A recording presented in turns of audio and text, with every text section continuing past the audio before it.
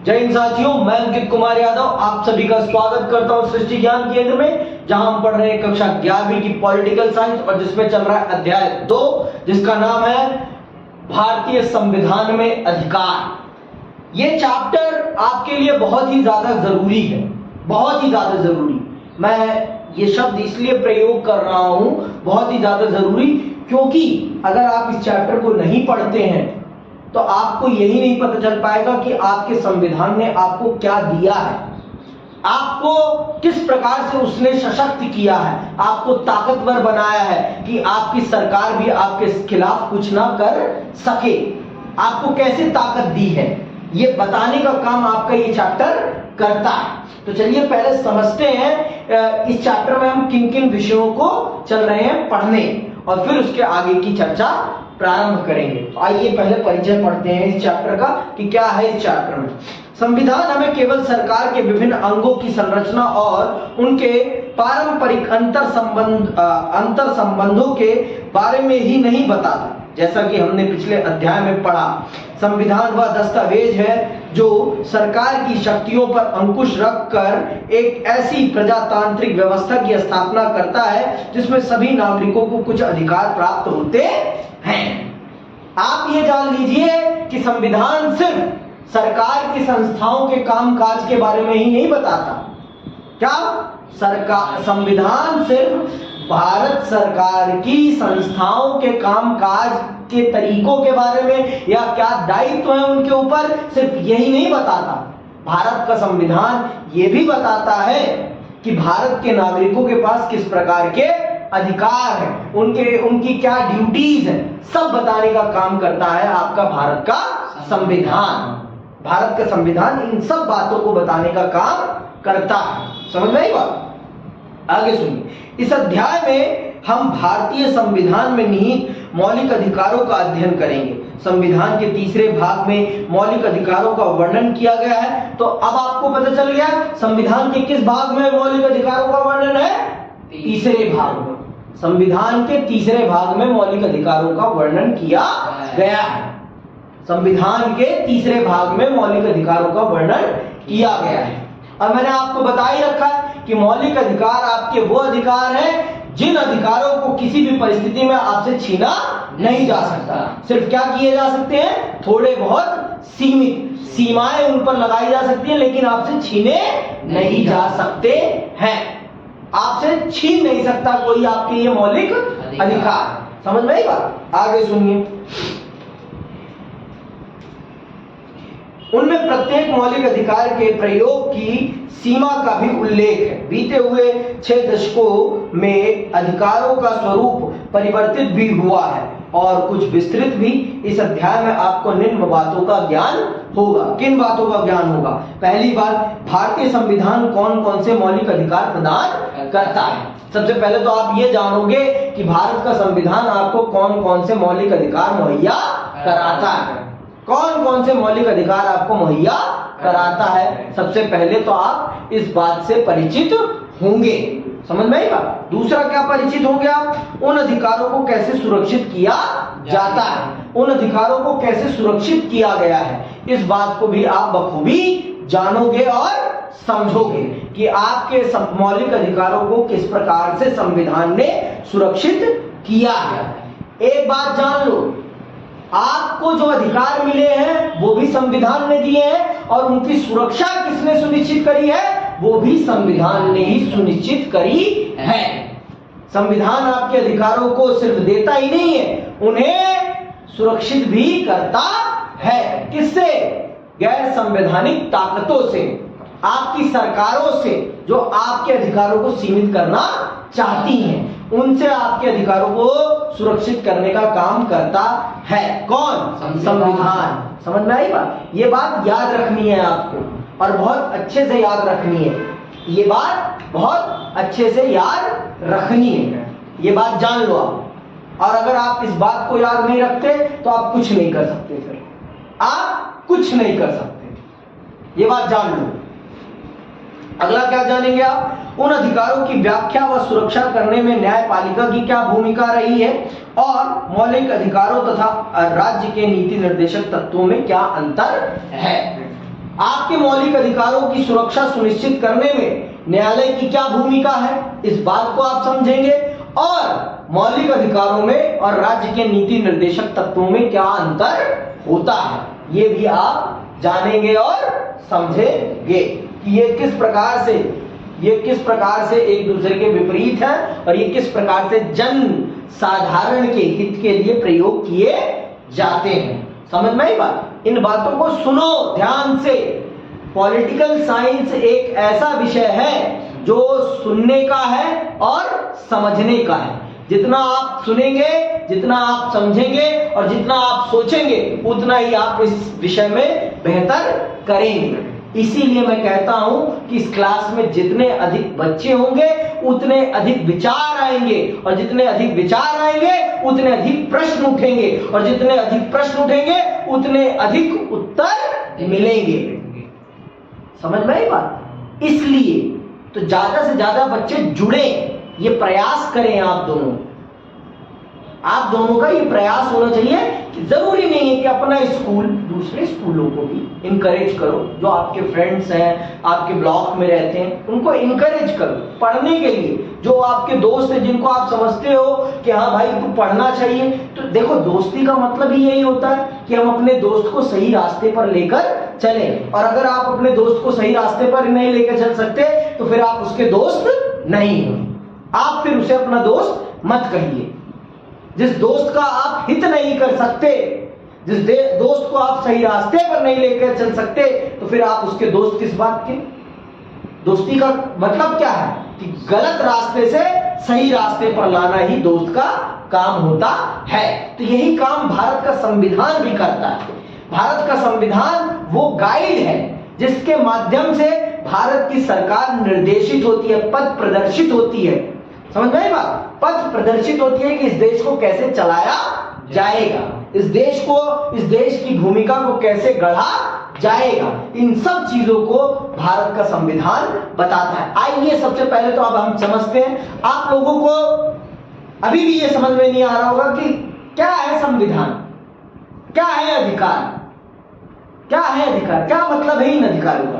आपको अभी मैं 2 उदाहरण बताऊंगा, और जब आप उन 2 उदाहरणों को समझ लेंगे ना, तो आपको समझ में आ जाएगा कि अधिकार का क्या महत्व है। आप उन 2 उदाहरणों को जैसे ही पढ़ेंगे तो आपके भेजे में ये बात घर कर जाएगी कि अधिकारों का क्या महत्व है। तब आपको समझ में आ जाएगा कि अधिकार कितने महत्वपूर्ण है आपके लिए। और अगर ये अधिकार ना रहे तो आपकी जिंदगी कैसी हो जाएगी, कैसी हो जाएगी, इस बात से आप वाकिफ हो जाएंगे। अभी मैं जो 2 उदाहरण चल रहा हूं आपके सामने प्रस्तुत करने, उन 2 उदाहरणों के माध्यम से सुनना बहुत ध्यान से, सुनना बहुत ध्यान से। 1982 के एशियाई खेलों से पहले निर्माण कार्य के लिए सरकार ने कुछ ठेकेदारों की सेवाएं ली। कब ली? 1982 में। किसके लिए? एशियाई खेलों के लिए।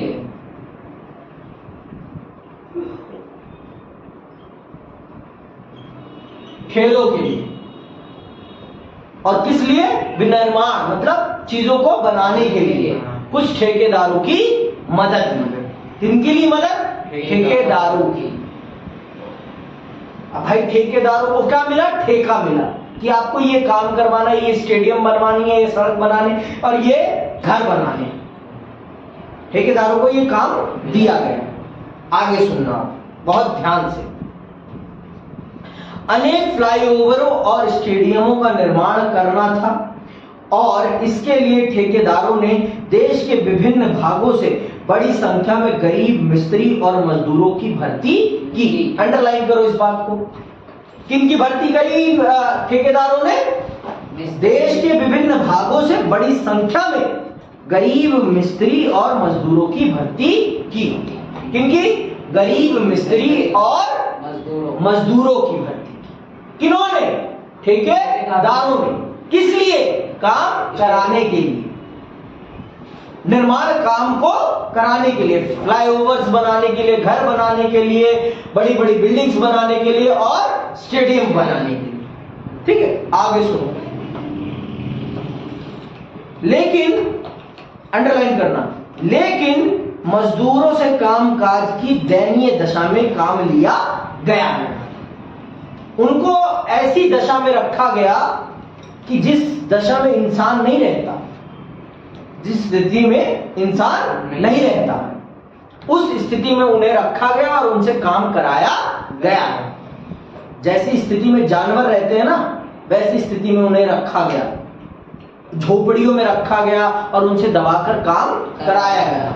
कभी झुग्गियां देखी हो आपने, तो झुग्गियों में जो स्थिति होती है, गंदा पानी बह रहा है, कोई स्वास्थ्य का ख्याल नहीं, और बहुत ही गंदे तरीके से उन्हें रखा गया था। जहां सिर्फ 5 लोग रह सकते हैं, वहां 50 लोगों को ठूंसा गया है।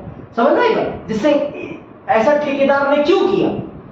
ऐसा ठेकेदार ने क्यों किया? ऐसा ठेकेदार ने इसलिए किया जिससे कि उसका खर्चा कम से कम हो और उसे ज्यादा से ज्यादा क्या हो? फायदा हो। बात समझ में आ रही है ना? उसे ज्यादा से ज्यादा फायदा हो। और इन लोगों के साथ ऐसा हो रहा है तो ये लोग उसका विरोध क्यों नहीं कर पा रहे हैं? उनको अपने अधिकारों के बारे में पता ही नहीं है। जैसे आप दोनों मूर्ख हो, अभी आपको भी नहीं पता कि आपके पास क्या अधिकार है, आपको भी नहीं पता कि आपके पास क्या अधिकार है। जैसे दोनों मूर्ख बने बैठे हो ना, वैसे ही। समझ में आई बात? तो अब देखो क्या होता है आगे, सुनना। उन्हें सरकार द्वारा निर्धारित न्यूनतम मजदूरी से भी कम मजदूरी दी गई है। मान लो सरकार ने प्रतिदिन की मजदूरी 50 रुपए तय कर रखी है, तो उन्हें सिर्फ 10 रुपए दिए जा रहे हैं। 10 रुपए दिए जा रहे हैं। सरकार ने कहा है कि प्रति व्यक्ति को प्रतिदिन की मजदूरी कितनी मिलनी चाहिए? 50 रुपए। लेकिन उन्हें मजदूरी दी कितनी जा रही है? सिर्फ 10 रुपए। वो ठेकेदार देते हैं। और ये 40 रुपए कौन खा जा रहा है? ठेकेदार। कौन खा जा रहा है? ठेकेदार। और क्यों खा पा रहा है वो? क्योंकि इन लोगों को इस बात का पता ही नहीं है कि सरकार ने उनके लिए कितनी मजदूरी तय करी है, कितनी न्यूनतम मजदूरी है उनकी। उनको इस बात का पता ही नहीं है। पता नहीं है तभी तो उनका हक मारा जा रहा है ना भाई। अगर आपको पता है कि इस आग में कूदने से मेरी मौत होगी तो आप कूदोगे नहीं। अगर आपको पता है कि पुलिस आपको बेवजह गिरफ्तार नहीं कर सकती, तो अगर आपको पुलिस गिरफ्तार करने आएगी तो आप उससे सवाल करोगे कि नहीं करोगे? समझ में आई बात? तो पता होने के लिए जरूरी क्या है? पढ़ना। तो ये सब क्या है? गरीब है और ये अशिक्षित हैं। सबसे बड़ा कारण है इनके साथ शोषण होने का अशिक्षित होना, अपने अधिकारों के बारे में ना जानना। आगे सुनो क्या होता है फिर। उन्हें सरकार द्वारा निर्धारित न्यूनतम मजदूरी से भी कम मजदूरी दी गई। समाज वैज्ञानिकों की एक टीम ने उनकी स्थिति का अध्ययन कर सर्वोच्च न्यायालय में एक याचिका दायर की। कुछ पढ़े लिखे लोगों ने इनकी जब स्थिति देखी तो इनकी स्थिति देखने के बाद उन्होंने सर्वोच्च न्यायालय में एक याचिका, इनके बिहाफ पर केस फाइल किया। मान लो ये लायक नहीं थे केस करने के, तो इनके बिहाफ पे उन लोगों ने केस दायर किया। क्या करा? आगे सुनो फिर क्या होता है।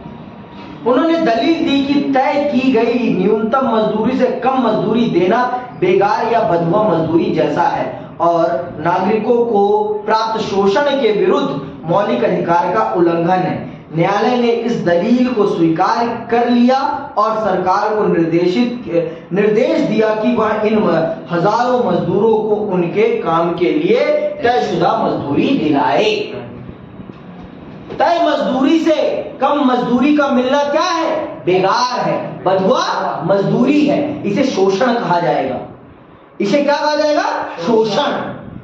कि आप उसका शोषण कर रहे हैं, आप उससे काम ले रहे हैं लेकिन उसकी काम की सही कीमत नहीं दे रहे हैं। जब आप किसी से कोई काम कराते हैं तो और उसकी सही कीमत नहीं देते हैं तो वो क्या कहलाता है? वो शोषण कहलाता है। और आपके संविधान में शोषण के विरुद्ध आपका एक मौलिक अधिकार है। और अगर आपके इस मौलिक अधिकार का कोई उल्लंघन करता है तो आप सीधे सर्वोच्च न्यायालय में जाकर न्याय प्राप्त कर सकते हैं। और जो व्यक्ति आपके साथ ये शोषण कर रहा है उसे आप सजा दिला सकते हैं। समझ में आई बात? तो ये इन लोगों की स्थिति को अगर समाज सेविकों ने नहीं देखी होती, समाज सुधारकों ने नहीं देखी होती, तो क्या इनकी दशा सुधर पाती?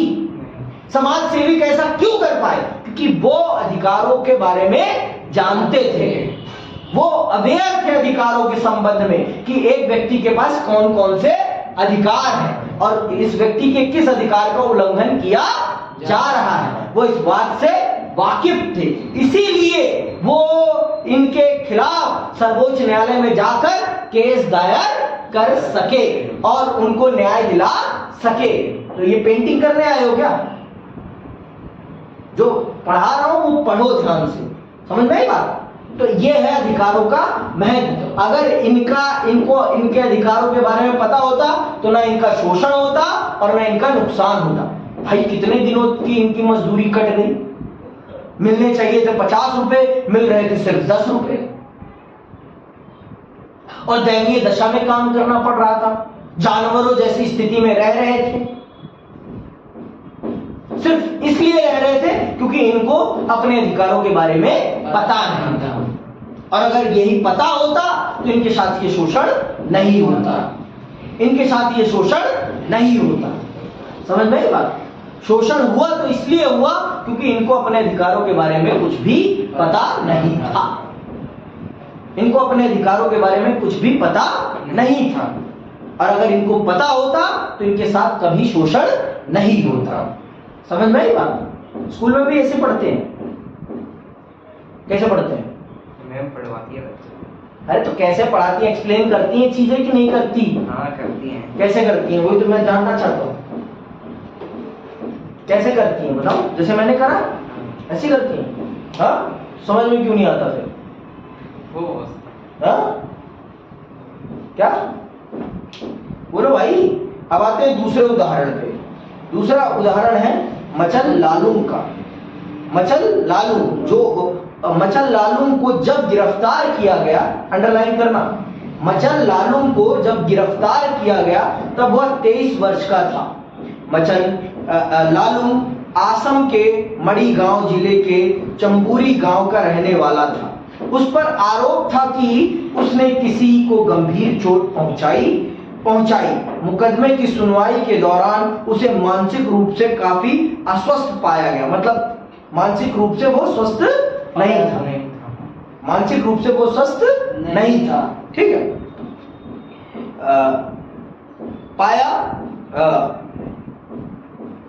अस्वस्थ पाया गया और चिकित्सा के लिए तेजपुर के लोकप्रिय गोपीनाथ बोरदोलोई अस्पताल में एक कैदी के रूप में भर्ती करा दिया गया। वहां उसका सफलतापूर्वक इलाज किया गया। डॉक्टरों ने जिला अधिकारियों को 2 बार, कब 1967 और 1996 चिट्ठी भेजी कि लालू स्वस्थ है और उस पर मुकदमा चलाया जा सकता है, लेकिन किसी ने भी उस पर ध्यान नहीं दिया। लालू न्यायिक हिरासत में बना रहा। मचल लालू को जुलाई 2005 में जेल से छोड़ा गया। उस समय वह 77 वर्ष का हो चुका था। इस प्रकार वह 54 वर्ष तक हिरासत में रहा और इस दौरान उसे मुकदमे की एक बार भी सुनवाई नहीं हुई। जब राष्ट्रीय मानव अधिकार आयोग द्वारा नियुक्त एक टीम ने राज्य में बंदियों का निरीक्षण किया, तब जाकर लालू को स्वतंत्र होने का अवसर मिला। एक व्यक्ति के 54 वर्ष बर्बाद हो गए, 54 वर्ष बर्बाद हो गए। सिर्फ किस कारण से? क्योंकि उसे अपने अधिकारों के बारे में नहीं पता था। 54 वर्ष उसे हिरासत में रहना पड़ा और उसे न्याय नहीं मिल पाया, सिर्फ इसलिए क्योंकि वो पढ़ा लिखा नहीं था, वो अपने अधिकारों से वाकिफ नहीं था कि हाँ उसके पास ये अधिकार है कि उसके ऊपर जो आरोप लगाए गए हैं उनको न्यायालय में पहले सिद्ध किया जाए, फिर उसे जेल में रखा जा सकता है। नहीं तो ये उसकी स्वतंत्रता के अधिकार का उल्लंघन है, ये उसकी स्वतंत्रता के अधिकार का उल्लंघन है। और ये उल्लंघन इसलिए हो पाया क्योंकि वो अशिक्षित था, क्योंकि वो अशिक्षित था और अपने अधिकारों के बारे में नहीं जानता था। और अगर वो अपने अधिकारों के बारे में जानता होता तो क्या उसके साथ ऐसा हो पाता? नहीं हो पाता भाई? नहीं हो पाता। क्यों नहीं हो पाता? क्योंकि वो अपने अधिकारों के बारे में जानता रहता था। जानता तो किसी की हिम्मत ही नहीं होती कि वो उसके साथ कुछ गलत कर सके। समझ में आई बात? कि कोई उसके साथ कुछ गलत कर सके। इस बात को समझिए आप लोग कि अधिकारों को जानना आपके लिए बहुत जरूरी है। और अगर आप अपने अधिकारों के बारे में नहीं जानेंगे तो आपकी सुरक्षा कोई नहीं कर सकता। इसीलिए आपको ये किताब पढ़ाई जा रही है, जिससे कि आप जान सके कि आपके पास कौन कौन से अधिकार हैं और उन अधिकारों से आपके जीवन को कैसे बेहतर बनाया जा सकता है। इस बात को भी आप समझिए। और अगर आप इस चीज को नहीं समझ रहे तो आपसे बड़ा मूर्ख कोई और नहीं है, कोई नहीं है भाई। क्योंकि आप पढ़ना नहीं चाह रहे हैं, फिर आप पढ़ना नहीं चाह रहे हैं। इस बात को समझिए। आपको पढ़ना है तो आपको इस किताब को बारीकी से पढ़ना पड़ेगा। और अगर आप इसको बारीकी से पढ़ लेंगे तो आपसे बेहतर कोई नहीं हो सकता। तो आपने जाना दो व्यक्तियों के माध्यम से, दो स्थितियों के माध्यम से कि अधिकारों के बारे में नहीं पता होगा तो आपका किस प्रकार से शोषण होगा। आपके अधिकारों की, आपकी स्वतंत्रता की आपके साथ शोषण हो जाएगा और आपको पता ही नहीं चल पाएगा। लेकिन जब आपको अपने अधिकारों के बारे में पता होगा तो आपका हक कोई भी नहीं मार पाएगा, कोई भी नहीं मार पाएगा। लेकिन तब नहीं मार पाएगा जब आपको क्या पता होगा कि आपके पास ये अधिकार हैं, ये अधिकार हैं। जब आपको इस बात का पता होगा तब ना। जब आपको पता ही नहीं होगा तो आप कर क्या लोगे? कुछ नहीं कर पाओगे। जैसे ये लोग भी नहीं कुछ कर पाए। ये बंदा 54 वर्ष तक जेल में रहा, कुछ कर पाया? कुछ नहीं कर पाया। अगर मानव अधिकार वाले नहीं आते तो इसको क्या न्याय मिल पाता? क्या ये जेल से बाहर आ पाता? नहीं। और उन लोगों को भी क्या न्याय? अगर समाज सेविकों ने उनकी स्थिति को नहीं देखा होता और उनके लिए न्यायालय में अपील नहीं की होती तो क्या उनको उनका अधिकार मिल पाता? नहीं। तो आप समझे कि अधिकारों का कितना महत्व है। अधिकारों का बहुत अधिक महत्व है। अधिकार ही वो माध्यम है जिनके माध्यम से आप अपनी जिंदगी को गर्द से मतलब बर्बादी से बचा सकते हैं, गरीबी से बचा सकते हैं, सब चीजों से बचा सकते हैं। समझ में आई बात? इस बात को आप समझिए। और अगर आप इस बात को नहीं समझ रहे तो आपको कोई नहीं समझा सकता, कोई नहीं समझा सकता। समझ में आई बात? आगे सुनो, आगे क्या कहता है। मचल लालू का पूरा जीवन ही व्यर्थ बीत गया क्योंकि उसके मुकदमे की सुनवाई ही ना हो सकी। हमारा संविधान सभी नागरिकों को जीवन की स्वतंत्रता का अधिकार देता है। इसका अर्थ है कि हर नागरिक को अपने मुकदमे की निष्पक्ष और त्वरित सुनवाई का अधिकार है। मचल लालू का मामला उस स्थिति का संकेत करता है जब संविधान द्वारा दिए गए अधिकार व्यवहार में प्राप्त नहीं होते। क्यों नहीं हो पाए मचल लालू को ये अधिकार? क्योंकि मचल लालू अशिक्षित था, अनभिज्ञ था अपने अधिकारों से, अनभिज्ञ था कि उसके पास ये अधिकार है। और अगर उसे ये पता होता तो उसके साथ अन्याय नहीं हो पाता, उसके साथ अन्याय नहीं हो पाता। लेकिन हो पाया क्यों? क्योंकि उसे नहीं पता था अपने अधिकारों के बारे में। उसे नहीं पता था कि मेरे पास ये अधिकार है। समझ में आई बात?